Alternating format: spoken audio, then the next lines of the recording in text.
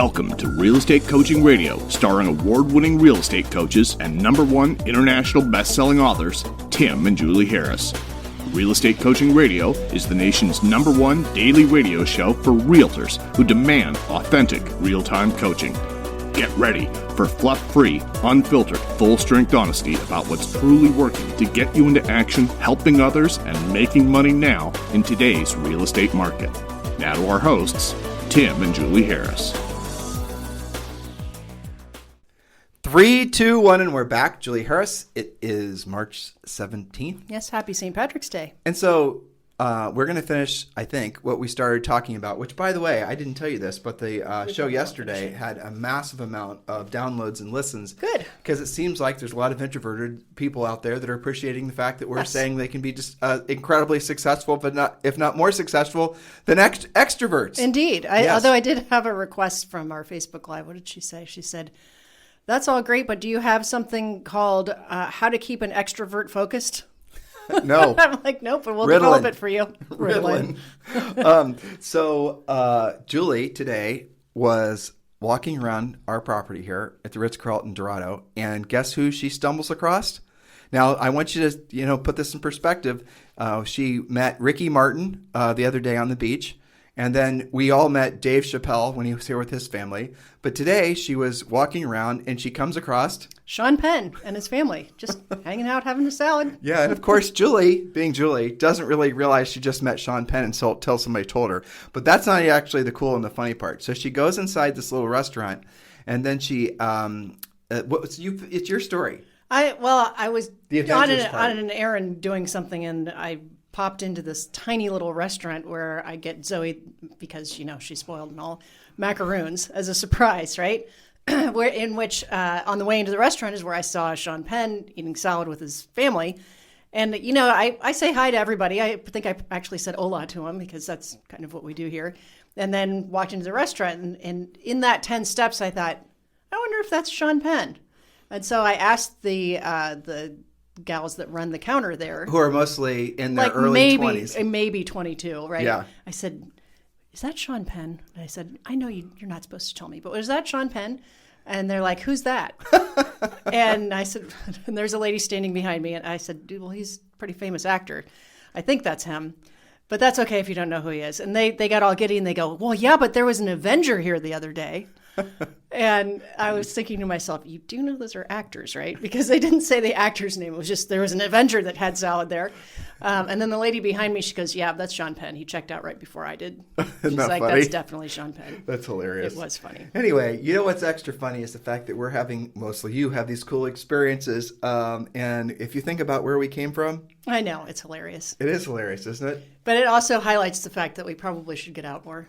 Because there's all sorts of, you never know who you're gonna run into or should I tell over. the Dave Chappelle story? Yeah. So this was like a month and a half ago, maybe. Maybe. I was out riding around on our golf cart, and actually Jay Kinder was in the golf cart with us. So this big group of tourists go by. I knew it was tourists because the Ritz-Carlton gives them these bikes that, locals know are tourist bikes. They're blue and white. And so there's this big mob of people that go by us, and I pull over to the side to give him plenty of room on the bike path, or on the cart path, really. And Jay goes, "That was Dave Chappelle." And I said, "No way." And he said, "Yeah, it was absolutely Dave Chappelle." So then I spin the cart around, and then we start driving, back the way we came on the golf cart path. And then we go up this hill and then go around this tiny corner, and then there's Dave Chappelle. and what happened, his sunglasses had come off. And the guy that was behind him, who was an assistant, because the guy had a walkie-talkie, he wasn't security, he was just an assistant. Anyway, the assistant ran over Dave's sunglasses accidentally with his bike. So Dave is trying to get restarted on his bike, and the hill's going slightly upward, so he's obviously having a hard time balancing. And so Jay and I are in the golf cart right behind him, and I said, "Mr. Chappelle," and he looks over, and I said, "So you have a choice. You either take a picture with us, or we run you over." Okay? And then he looks back, again, with a big smile on his face, and says, "Run me over. I'm on vacation." I know, it takes off. And then jumps on and we couldn't stop laughing. It was perfect. And we never did get a picture with him, but we did see him a whole bunch of other times. But anyway. People are generally pretty chill about seeing people. You know? And there's a lot of security around here, so they probably feel comfortable. But yeah, it's always random. Like as many people as we've seen a year and a half of living here, I still don't expect to. You know, you just sort of come across people, and it's very casual. Well, people don't talk about it. I mean, we're the nerds because we're like, holy crap, that's Sean Penn. Most people are like, who cares? Yeah. I know, but exactly. You know, it's because we're just, poor people from Ohio. It's we're kind of still badass for us. We're still starstruck, right? It's funny. Maybe we'll run into him at the gym later. I hope not, because he'll embarrass me. He's kind of big. He's seriously cut. I think he's like in his 60s too. He may be pretty close to, because he was in those 80s movies when we were younger 80s, like middle school, high school. And he already must have been in his 20s. So do you know that movie, Fast Times at Ridgemont High, that he was in when he was like the doper who was ordering pizza in school? Yeah. So do you know who else was in that movie? You might not remember this, is Matthew McConaughey. Was he really? Yeah, I forgot that. I guess, they're probably, when he's... No, Matthew's our age. Yeah. Sean's older. That's interesting. We could always fire up the Google machine, but let's leave that. Just proceed. Yeah. Exactly. Let's leave that a mystery yet to be solved. But here, ready for this connection? Mm-hmm. So we're talking about introverts in DISC, and what many of you might be surprised, or maybe you're not surprised at this point to know, is many of the people and the actors and whatnot that we're just talking about, and the performers, they're not extroverts. They're actually introverts. And that's what surprises a lot of people when you have the epiphany that really to be a great actor or a great performer, or by the way, a great salesperson, it's more beneficial for you to be an introvert than it is to be an extrovert, because the introvert is going to rely less on their perceived natural talents and abilities, and they're actually going to take the time to study, to perfect the art, whereas the extrovert is going to rise a certain level in their careers, and then they're going to run out of talent. The studied introvert is going to surpass them at a clip and keep on rising, because the introvert is disciplined and trained enough to know that they can't take any natural talent as far as being an extrovert or an introvert. You guys understand, right? They can't assume that their personality is going to win the day, so they are always perfecting their skill set and always perfecting their ability to be versatile. So we've said this before, and we do mean it. Our best coaching clients, and Julie and I don't know if anyone's coached more agents at this point than Julie and I have, and I'm not bragging. You should be feeling sorry for us as I say that. Right. Really? But the reality of it is our best coaching clients, and I cannot think of a single exception, not ones that are having good years occasionally, but I'm talking about the ones that are the super consistent ones. Maybe they're selling, hundreds of millions per year, or maybe they're making $1 million a year, or even $500,000 a year, but they're doing it disciplined. They've always been analytical people, always been introverts. I'd agree with that. And after they've studied it and got their skills going and gotten some experience, they absolutely use that to their advantage. I mentioned that at the end of one of our points in yesterday's podcast that I nicknamed them the Velvet Hammer, because they come off pretty amiable, maybe a little bit analytical, kind of chill. Well, they're indirect. They're indirect. They're not bigger than life, and yet that's the person that'll get a listing presentation away from you if you're not paying attention. Well, it's easier. It's more common, or how do I even say this? There's less persuading from a coaching perspective and coaching necessary to get an introvert to be versatile. There's not even a comparison versus an extrovert to be versatile. I have a new coaching client named Daniel, okay? And he's a great example of that. Already quite successful by his own right. And first coaching call, he's like, just tell me what to do, I'll do it. Exactly. There's no arguing. There's no consternation. There's no my way, better way, reinvent the way. He's just like, just give me a plan. Yeah. And that goes back to the thing I'm noticing on our Clubhouse, but also noticing on our podcast listens and the comments and all the ways we, the ways we communicate with the world, and the world communicates back with us. I am 100% positive that the wave of agents getting into the business now, and the wave's just getting started. People can see this massive wave that's way on the horizon, but no one's really prepared for it. I think that the quality and the talent and the mindset of the people getting into the real estate industry right now, that is the biggest threat to the agents that are in the business right now. Not technology, not interest rates, it's their complacency. Yeah. Because the new generation of agents getting into the business from what I'm seeing, are coming in at maybe it's just the nature of the people we're attracting. Could be. And maybe I'm making too general of a statement, but I've been incredibly impressed with some of the people I've come across. I talked with someone today who was a podcast listener, I don't remember what. They're a coaching client, right? And so they wanted to join EXP, and I called them. They texted me, and I called them back. And this person had already sold, you know what I'm talking about, I think so. And I talked to her originally a couple, but she had already sold 4 houses. She's only been in the business since January. She's already, I think it was $4 million of the volume in business. But when talking to her, it's like I don't have to talk her out of doing ego passive things. She totally is completely locked in, and she's going to be professional. And her goal this year, I forget what she said, 35 houses or something. And she's in an average sale price area where the average commission is $15,000. Yeah. There is no doubt in my mind that she's going to do it. No, you can kind of tell, can't you? I'm talking about you, Tammy, if you're listening. I knew that's who it was. Yep. Yeah. So the point of it is that if you're listening to Julie and I talk every day on this podcast, hopefully you're reading our book. Hopefully you're staying true, you're staying focused, follow one course until successful, because this era of being a Pop-Tart agent who is just chasing the shiny objects, I'm not going to say it's going to end, but I'm saying you guys are going to struggle even more because these new people getting in are not going to make the same mistakes that you did. They have the benefit, and a lot of them have the intellect, frankly, to learn from the mistakes of others without having to make the mistakes themselves.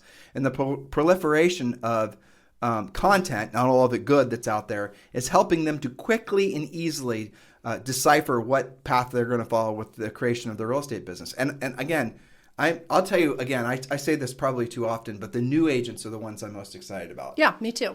I see it from them studying and like trying to figure out a mousetrap for this whole buyer situation. So honestly, the little bit more experienced agents that have been around the block, they're like, I shouldn't have to compete with 20 extra offers. They should just, don't they know who I am? They should take my offer. Right. And they get pissy about it, right? And then the newer ones are like, you know what?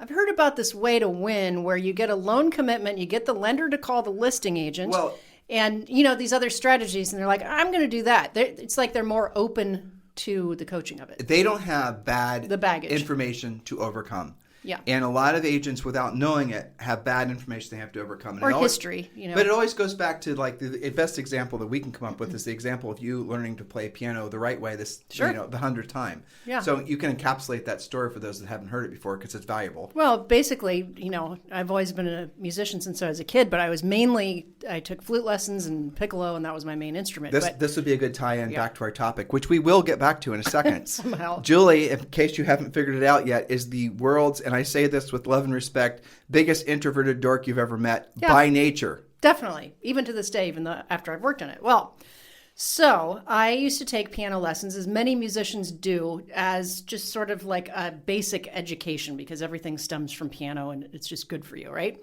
So I took piano lessons from my flute teacher. And as a kid, how would I know the difference? I went to some piano competitions. I always was like Class C instead of Class A, but I held my own. And then later in life, I wanted to get back to piano, and when we were living in Las Vegas, and so I had a great piano, looked up a teacher who actually went to Juilliard, actually was a star in, I think he still is, in Cirque du Soleil with this crazy piano show he does. It's Cirque du Soleil in like freaking Middle East someplace. Yeah. Singapore, I think. I can't remember. Yeah. But probably other places now. But, the real deal. Okay, so it wasn't until I took piano lessons from him, who was, an actually trained piano aficionado, that I realized all of my backwards hacks and workarounds and so much stress, and piano had been so much harder than it probably would have been had I started out right with him, that it was painful because he was reprogramming me. And I feel that as a coach when we have to do some reprogramming of getting rid of those workarounds and that baggage and thinking that you learned it the right way when you didn't actually learn it the right way.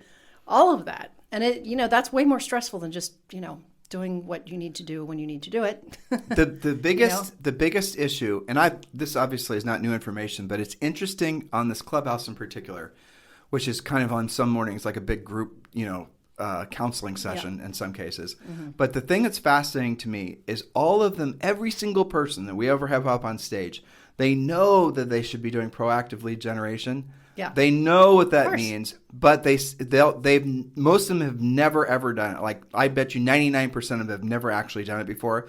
They've heard rumor that it works, but they don't want to do it, and they need to have enough repeatedly average or bad experiences like over and over again for them finally to accept the fact that they do have to do what they don't want to do and they don't want to do at the highest level. And some of the things that are going to benefit the most in business and work, business and personal life are the things that you want to do that you don't want to do at all ever at any level. You know what I'm saying? So the hardest things are the things that generally speaking are the things where you're going to see the most growth. And it is fascinating to get people, especially the marketing motivated types, the ones that have, frankly, in our humble opinion, have been taught wrong. You should have a proactive lead generation based business that's marketing enhanced. And by the way, once you do the proactive lead generation based business approach that we coach you guys to do, you'll probably never want to do the marketing because you'll see it for what it is. Well, you won't have to do it. Right. But the problem that agents have now is if they've only grown up in real estate in the past maybe 10 or 12, maybe even 15 years, everyone's been telling them, except us, to do it the right way. I mean, the wrong way. Everyone's been telling them to do marketing-based, prospecting enhanced. But what happens is the marketing-based agents never learn how to do the prospecting. They never actually learn how to do that work. And because they've invested so much time, and I totally, completely understand and sympathize with them, because they've invested so much time and energy in the marketing stuff, it's too difficult for them to admit that maybe they didn't make the best business decision when they started down those pathways before. And it's so unbelievably painful for them to, go back the other direction and trying to change course again. Because their egos have to accept the fact that maybe they made bad decisions. And I say this, and I know sometimes some of you guys can totally understand. You are not the problem. Your effort is not the problem. The business model that you're pursuing or we're pursuing is the problem. You're great. Given the right information and opportunity, and content, you're going to kick serious ass. You've just got to stop trying to make work something that will never work. And once you accept that the marketing stuff is not going to get you into the end zone is the fastest and the most efficiently with the most amount of profit, you will intellectually accept it, and then your emotions if you're not ready for that, your emotions are going to kill off that intellectual epiphany. Because your emotions aren't going to want you to admit that you have to go the other direction, finally learn to do and accept that everything you want in life is on the other side of doing what you don't want to do and you don't want to do at the highest level. But once you have that acceptance, then the world truly is your oyster. So that's the difference between a lot of the new agents, at least the ones that cross our path or we cross theirs, and the agents that have been in the business for a while. The new agents want to learn the right way so they can get to the top of the mountain the fastest. And furthermore, they can look, especially the younger ones, frankly. Now, remember, new agents doesn't mean young. New agents could mean people our age, too. A lot of those guys, too, and guys and gals as well, that are coming at this as their second or third career. And they, too, are a formidable challenge to a lot of you guys because a lot of them have a real formal business backgrounds. Where they only know how to approach things one way, which is professionally, and they know how to hold themselves accountable to the numbers. That group of people will also eat your lunch, and they're not going to be susceptible to pursuing the shiny objects, aka social networking and whatnot. But the new agents, the group that I find extra interesting to talk to and to communicate with, are these ones that are in their early 20s because they've grown up, they've never known a world without the internet, and they've never really known a world without social networking. And they see social networking for what it is. And when you talk with those guys, online or whatever, and they're communicating what their perception of the social networking stuff is, they are usually so spot on with seeing it for what it is, as essentially being a flight of fancy, that they don't understand why other people aren't just listening to what we're saying. For the most part, this is what they'll say, and just going right after the sellers that actually have their hands in the air saying, yes, come list me. The amount of time and money you guys spend trying to generate leads and build a brand for the sake of generating leads, it absolutely makes no sense. Spend that same effort at trying to, working on perfecting your skills of being a proactive lead generator. And then, guys, everything you want in life is on the other side of accepting that is the quickest way up the mountain. And by the way, once you're at the top of the mountain, you can keep climbing to the next level and the next level after that once you have the skill set. So we are talking this week about essentially the introvert's guide to everything they want in life. And like I said yesterday, Julie, it was a hit home run podcast. Good. I'm glad they're enjoying it. Yeah, they well, do something with this is incredibly well written. And by the way, guys, Julie is reading notes directly from our best-selling book, Harris Rules. If you guys want to pick that up as well, it's available on Amazon, Barnes & Noble, and everywhere your nearest bookstore. Oh, before you get to your next point, Thank you for reminding me. Yep. We are doing a webinar where we're going to be interviewing, it might be as many as 8 top producing agents. All of these have been associated with our coaching company. And some of these agents are the most successful agents in the world. You have to attend this event, and I want you to absolutely consider yourself invited. Just text the word Harris, Harris, to 855-685-1045. Text the word Harris, Harris, to 855-685-1045. And when you do, we're going to text you back a link, and then you can just register for the event. That's simple. And we're going to be doing maybe 2 or 3 of these in the next week or so. It's going to be a lot of fun. We're doing everything we possibly can to help all of you get as motivated as you possibly can to make this the best year in real estate that you've ever experienced, even if you're brand new, especially if you're brand new, like Tammy, who's going to sell 35 houses or more her first year in business. Exactly. All right. So if you've missed our previous points, get caught up on the podcast, because we're going to start with point number 6 on the Introvert's Guide to Being a Real Estate Rock Star. Point number 6, all this is practical and tactical, so I hope that you integrate it into your life. Number 6, give yourself mini breaks during social situations so that you can recharge. Take a break, walk around outside, take a restroom break if you're at a restaurant. Avoid too much alcohol or caffeine, because both can knock you off of your well-planned game. It's okay to take a breath. I will never forget being at one of these big real estate seminars. It was at a hotel. I can't remember where it was, but there were like 2,000 or 3,000 people there.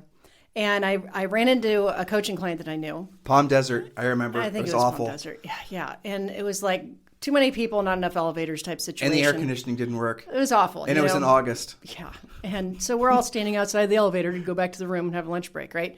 And I ran into this coaching client that looked like, she's really like isolating herself. You could tell she's maybe saying some affirmations. And she wouldn't get on the elevator with the big crowd. She's like, do you know where the staircase is? I'm like, I totally get it. Let's go. And that was taking a break from being in the crowd, not wanting to be stuffed in an elevator with people.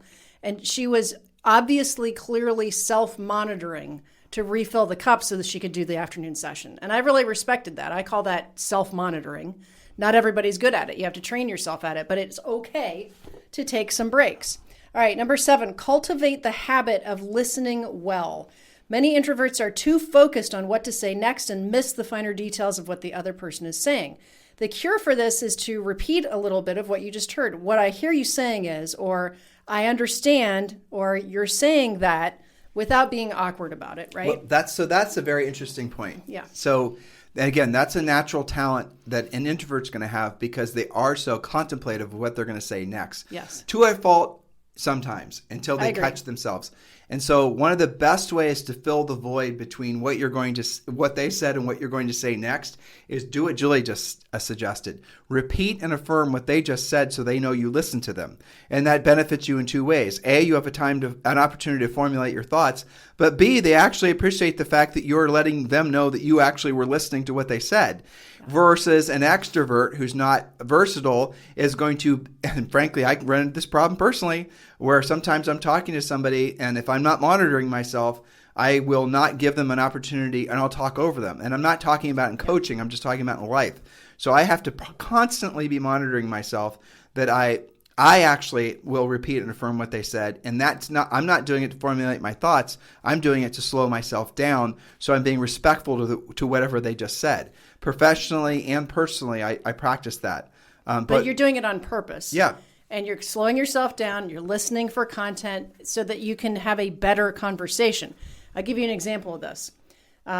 Oftentimes, our coaching clients will send me a little sampling of their prospecting. And typically, when they do that, they've gotten to a point where they're like, I'm using the script exactly. What's wrong with me? And indeed, they are actually saying the script, but so the scripting is not inaccurate. It's that they will say something, a script is a question. The person on, the prospect will answer it, but they'll totally miss it and they'll just go on to the next question. It's like a one-sided conversation, which obviously makes it harder to close somebody. So I just thought of a great analogy, and we can use a Zoe analogy or a Julie analogy. You choose. Let's do a Zoe one. Okay, so Zoe is 7 years old, and she is reading at a grade, she's in She's first technically grade. a 3rd grade reader. Yeah.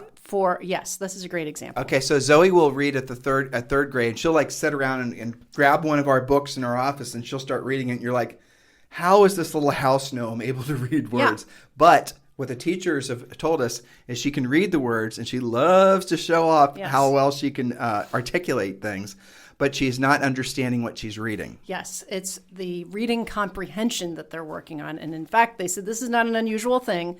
And we see it in coaching clients too. They learn the script. They want to use the script. That's awesome.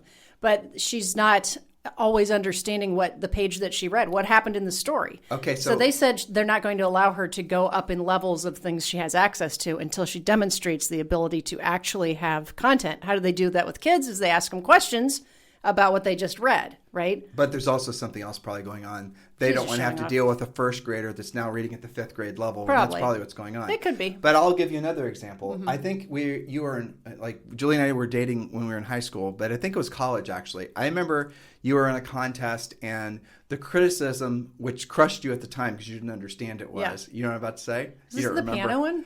I don't remember if it was piano or flute.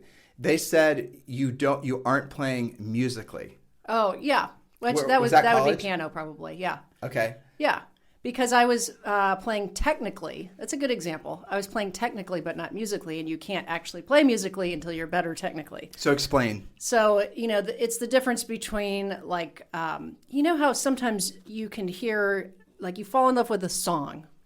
Say it's a rock song of some sort, and you really love that artist because that song really resonates with you. And then you hear somebody else doing like a cover of that, and it just doesn't even strike you at all because they're a copy of it. It's not the same passion. It's not the same musicality. They don't do the same turns and twists to the song. They're just doing it technically. They're singing it. Would you use the word passion or would you use the word emotion? I don't know. I think I would use them interchangeably. What if you don't even particularly like the music? You're just having to play it part of an orchestra. Can you still play it musically even if you don't particularly like it? You can, but you have to work a lot harder at it. That's a professional. Yeah. That's the difference. You can because you know what to do with it. But that's the difference, and it's right? also exactly, we say with scripts, you have to memorize, internalize, and then personalize. Right. If you try to personalize first, it is not going to work. And this is confusing to agents because this is one reason why they get off of scripts. Well, I don't want to sound scripted. Let's tie it back into what you just said because you just said something brilliant. Mm-hmm. So the memorization is what you had done to memorize that music so you could remember the whole, because when they do these contests, guys, with flute or piano, they're long, no sheet music. They play without sheet music. Piano you have to do memorize. They have to do the whole damn thing memorized, which someone like me, trust it's horrible. me, I didn't even like watching her do it. I would be so piano. freaking nervous for watching. Anyway, so she had gotten to the point where here's my script. It's the sheet music. I'm going to memorize it, but what she never really did is she never really internalized it. The internalization is where you learn to play musically, and then as you learn to play, you start more expressively with more emotion, and then you basically can personalize it. Yeah, but you can't do that if you haven't gone through all the steps. Right. You can't. But that's what that's the reference you're saying when you listen to a cover band play music, and they're playing it technically correct, but they're not playing it really musically, or they're not playing with any emotion. That's right. And you can have conversations that are perfectly scripted, but why are you not able to connect with somebody? Why are you not able to close them? And this is why doing it repetitively, and that doesn't mean for years and years in most cases, you learn it, you internalize it, then you can personalize it, and then that's when it starts working. So sometimes when I listen to these recorded calls, like the words are okay, but it's not a conversation. And I think that can be really frustrating until you push through that. Well, and I give you it's the epiphany of realizing that the goal is to listen to what they're saying, but really understanding the context of how the script is written, and not change you can it. Do something with it. Right, exactly. Right? Yeah. But that's really what we're saying here. It's sort of like your new bestie Sean Penn, right? Whether you think he's a good actor, he's not. Whether you do or don't, the fact is he obviously is, or he wouldn't be in many movies. Right, so many movies and whatnot. And you remember that recent thing we watched about him on Netflix? Yeah. Did we even get through that? I don't think we did. It was so boring. I know. It was terrible. But he was good. Yeah, he was good. But the script, terrible. Not good. Right. Yeah. But I mean, the point being is he probably at this point in his career, he's able to take the script. And he realizes that what the audience really want is they want that emotional connection. Sure. And this is really a really good point. There, people will buy from a sense of emotional connection with you. And but your first thing you're doing when you're so if you think about that, you don't ever buy anything. There's not a single product, not even toilet paper, that's not bought or sold based off it's always emotions. Yeah. You're buying every single buying decision you've ever made or ever will make is rooted in an emotion that you hope to have, or maybe even the product is trying to lead you to believe that you'll have once you buy said product. Now, I was remembering you and I were doing this. We had that same statement. We were in front of a group of people, and someone said, trying to be funny, and it was funny. They said, "What about toilet paper? How is toilet paper sold in emotion?" And I remember Julie said something along the lines of, "What about the Huggy Bear?" The fuzzy little Huggy Bear, or the Snuggle Bear, you know? Well, you're supposed to think that it's going to feel like a snuggly bear, I guess. I don't know. But soft and cuddly. But I of course, Julie took the high road on the answer, but I then went for the low road just for for the comedic punch, right? And I said, so you are using toilet paper for emotional reasons because you don't want to not have cleaned yourself properly to the point where the people around you won't want to be around you. So you are making decisions emotionally even about the things that have hypothetically the least amount of emotions attached to them. Literally something you throw away urgently. Yes. I mean, so that was just us trying to have some fun. It does make a point. Well, go ahead. So ultimately, learn the script as it's written. Analyticals, you're good at that. But that's only step one. That's only step one. And where you guys are failing to, but intellectually, if you understand this, then you can move forward. And so, like, if you're trying to say, well, you're still not understanding what we're trying to convey. Let me just put it this way. It does not matter how buttoned up, analytical, driver, black and white, cut, all that you are. Here's the thing. And by color palettes, that's usually the color palettes that most analytical driver types like grays, mauves, black and white. Like, go into their houses and you'll see what I'm talking about.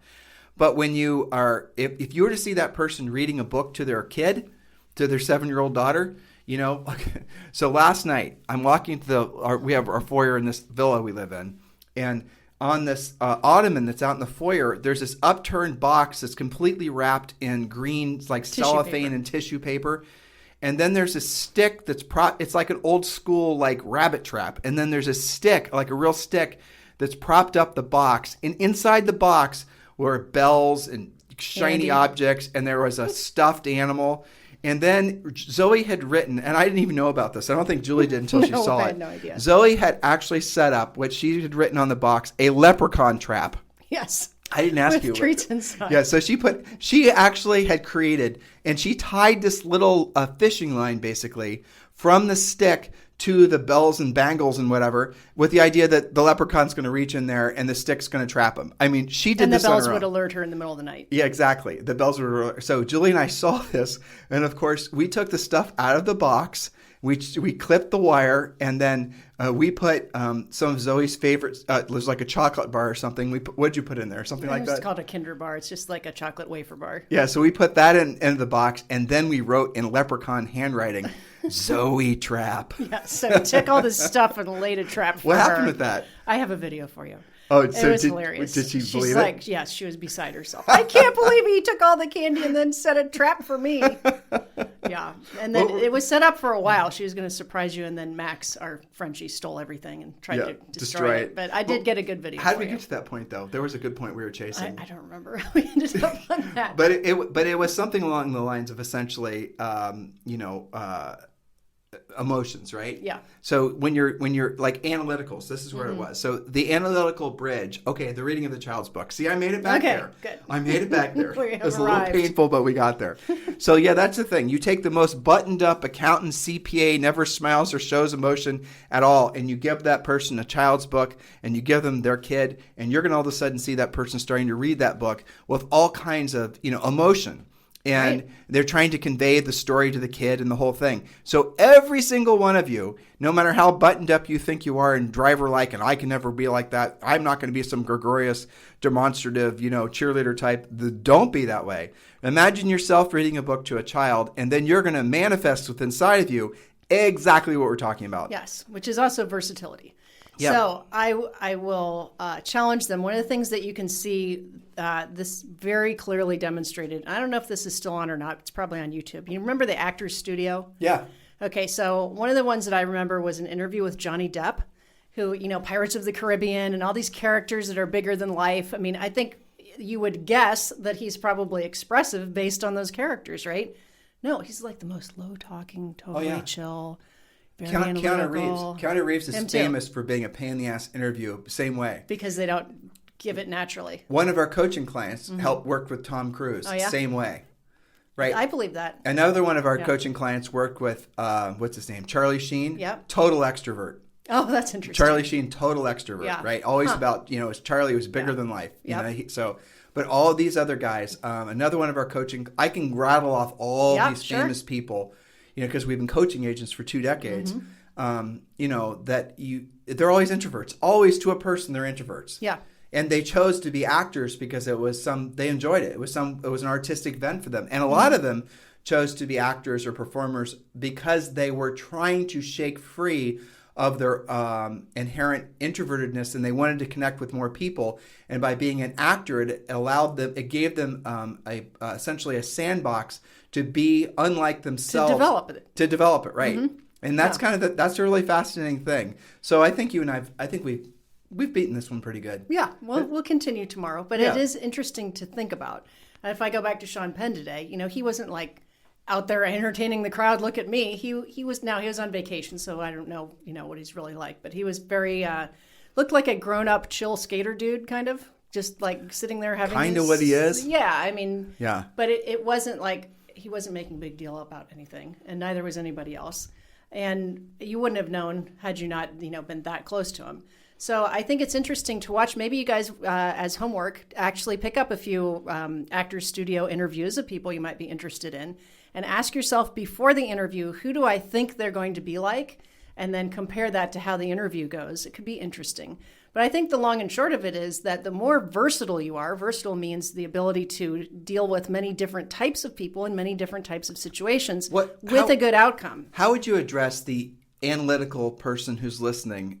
I was just thinking about where an analytical agent with a big ego is going to mistranslate what we're trying to say.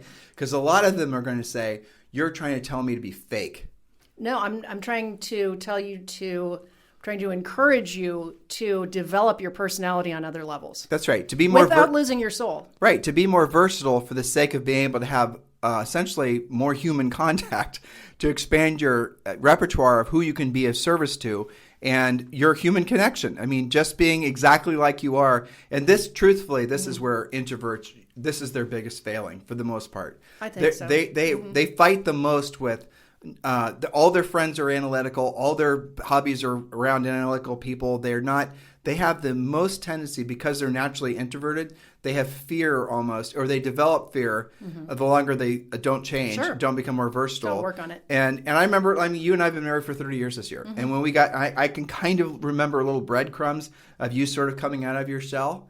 And, most of it happened, truthfully, when you were probably in your early 30s. Probably. That's how long it took for you to really kind of, move past your, and everyone in your family was analytical. Everything was around you was analytical. And as soon as you started to come up more into real estate, and you were I had to learn. You had to be versatile, yeah. And beyond that, I mean, I'd be a pretty crappy coach if I could only coach analytical people. Totally. I love some of my super expressive clients. I think they're a lot of fun. But definitely.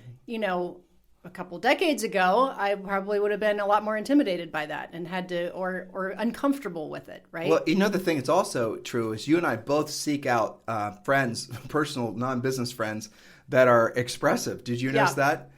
Yeah. I think I subconsciously do that because they make everything easier. Yeah. And because, honestly, they tend to be very good connectors because they know everybody everywhere, and they're comfortable to be around. They're not all fussy about things.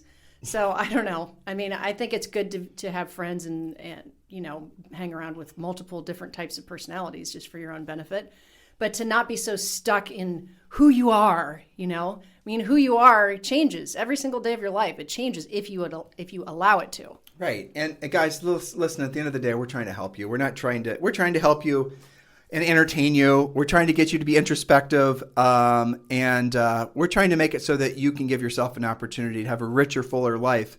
Because really everything we talk about is, designed to help you get into action, helping more people and make more money. But you guys all know it's a direct translation to having a richer, fuller personal life as well. If you take some of the things that we just shared with you and you look around your immediate family and you look around yourself and the relationships your kids are having with different kids, and maybe you're getting some, inspiration to try to change direction yourself, or at least to improve your relationships with other people. And then in doing so, you're going to inspire other people to do the same. So, hey, I think this was fun today. Yeah, definitely. I cannot believe you freaking meet Sean Penn. I'm Well, you got to get out and, maybe we'll see him in the gym. Yeah. Or on our walk. Or on a walk. I don't know. Where do you think he would hang out? You know what I was thinking? I wonder if he's moving here. Because, No. There's people coming from California everywhere.